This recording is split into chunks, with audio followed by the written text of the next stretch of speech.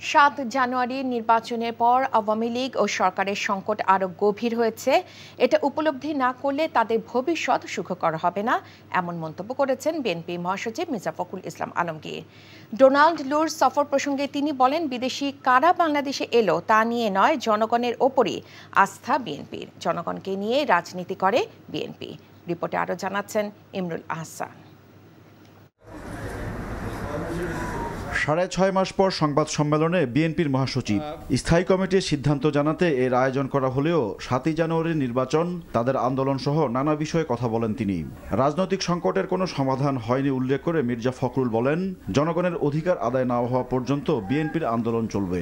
যে উনাদের একটা ফলস ধারণা তৈরি হচ্ছে যে they have overcome the crisis, সংকট থেকে তারা উপরে উঠে গেছেন, সংকট আরও গভীর করেছেন। এই বিগত নির্বাচনে আওয়ামী লীগের সংকট আরও গভীর হয়েছে, সরকারের সংকট আরও গভীর হয়েছে, এবং ওনারা যদি এখনই সেটা উপলব্ধি না করেন এবং সেই নিরসন চেষ্টা না করেন, তাহলে ভবিষ্যৎ তাদের জন্য খুব ভালো না।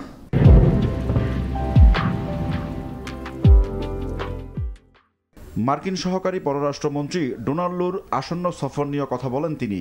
আমাদের বিএনপির ব্যাপারটা তো আমরা বুঝি, আমরা কে কাউকে আসো না আসলে নিয়ে আমরা খুব ইন্টারেস্টেড না। আমরা মনে করি যে আমাদের বাংলাদেশের জনগণের উপরে আমাদের ভরসা, আমাদের পুরো আস্থা, সেই আস্থার উপরেই আমরা দাঁড়িয়ে থাকি। রাজনীতিটা আমরা করি বাংলাদেশের জনগণকে নিয়ে। বেগম খালেদা জিয়ার অবস্থা গুরুতর উল্লেখ করে তিনি বলেন, তাদের নেত্রী জীবন মৃত্যুর সঙ্গে লড়ছেন। নির্বাচনকে কেন্দ্র করে দলের ২,০০০ নেতাকর্মীকে সাজা দেওয়া হয়েছে উল্লেখ করে বিএনপির মহাসচিব অভিযোগ করেন, বিচার বিভাগকে হাতিয়ার হিসাবে ব্যবহার করা হচ্ছে বিরোধী দল নির্যাতনে। প্রধানমন্ত্রী বলছেন যে খুব দ্রুত সব কেস নিষ্পত্তি করবার জন্য আমি নির্দেশ দিয়েছি, যার ফলে এখন এটা দ্রুত এই মামলাগুলোর তারা নিষ্পত্তি করার চেষ্টা করছেন। আমরা যেটা খবর পাচ্ছি যে আপনার ট্রাইব্যুনাল তৈরি করা হচ্ছে আবার নতুন করে। অর্থাৎ ইন্টেনশনটা হচ্ছে যে বিরোধী রাজনীতিকদেরকে সকলকেই আপনার কারাগারে বন্ধ করে রাখা এবং তাদেরকে রাজনীতি করতে না দেয়া।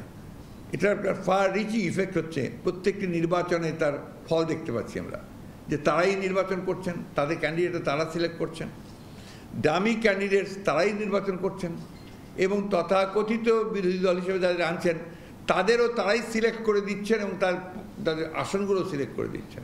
দেশের অর্থনীতির ভিত তৈরি করতে